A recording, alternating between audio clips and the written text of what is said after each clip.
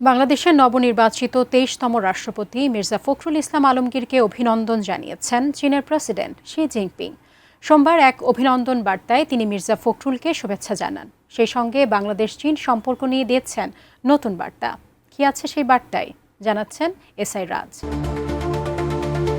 দীর্ঘ ৩৫ বছর পর প্রতিদ্বন্দ্বিতামূলক নির্বাচনের মাধ্যমে বাংলাদেশের নতুন রাষ্ট্রপতি হিসেবে নির্বাচিত হয়ে দায়িত্ব গ্রহণ করায় মির্জা ফখরুল ইসলাম আলমগীরকে অভিনন্দন জানিয়েছেন চীনের প্রেসিডেন্ট শি জিনপিং।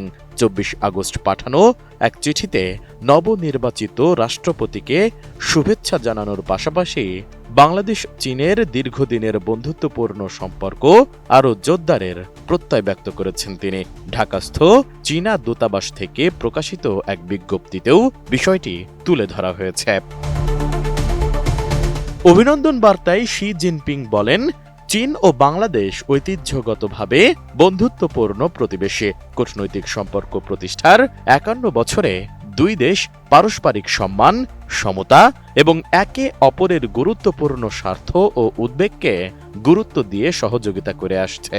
তিনি বলেন, নিজ নিজ আধুনিকায়নের পথে চীন ও বাংলাদেশ একে অপরের সঙ্গে সহযোগিতা করেছে।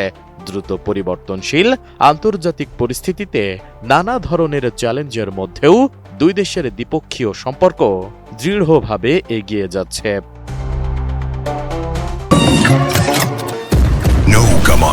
মশা দিবসে এক্সট্রিম সমাধান।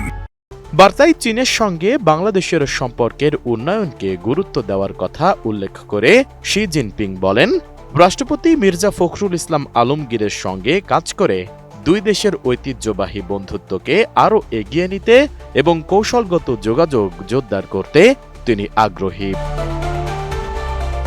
চীনা প্রেসিডেন্ট আরও বলেন, উচ্চমানের বেল্ট অ্যান্ড রোড সহযোগিতা অব্যাহত রাখার পাশাপাশি বাণিজ্য, অর্থনীতি, সংস্কৃতি ও অন্যান্য ক্ষেত্রে পারস্পরিক বিনিময় ও সহযোগিতা আরও গভীর করতে চায় চীন।